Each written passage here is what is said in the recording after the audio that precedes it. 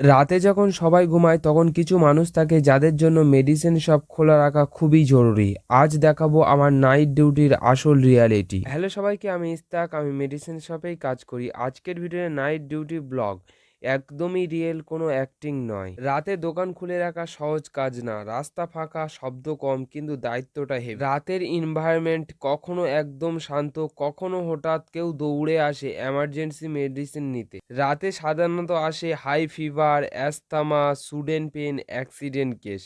এই সময় ডিসিশন নিতে এক্সট্রা কেয়ারফুলি হতে হয়। রাত বাড়ার সাথে সাথে ঘুম টানে, চোখ জ্বলে, মাথা ভারী লাগে, কিন্তু মেডিসিন দিতে গিয়ে 1 সেকেন্ডেরও ভুল করা যাবে না। কিছু পেশেন্ট এমন থাকে যারা কাঁপতে কাঁপতে আসে, ওদের চোখে ভয় দেখলে নিজের কষ্ট ভুলে যেতে হয়। রাতে মেডিসিন সব খোলা না থাকলে অনেক এমার্জেন্সি সিচুয়েশন আরো খারাপ হয়ে যেতে পারে। এই সময় বুঝি আমাদের কাজটা কতটা ইম্পর্টেন্ট। নাইট ডিউটি মানসিকভাবে খুবই ডিমান্ডিং, কিন্তু একটা মানুষের রিলিফের হাসি দেখলে সব কষ্ট নিমেষের মধ্যেই শেষ হয়ে যায়। এই ছিল আমার নাইট ডিউটি ফার্মাসি ব্লগ। যদি এই রিয়েল লাইফ স্টোরি ভালো লাগে, লাইক করুন, কমেন্ট করুন আর সাবস্ক্রাইব করুন।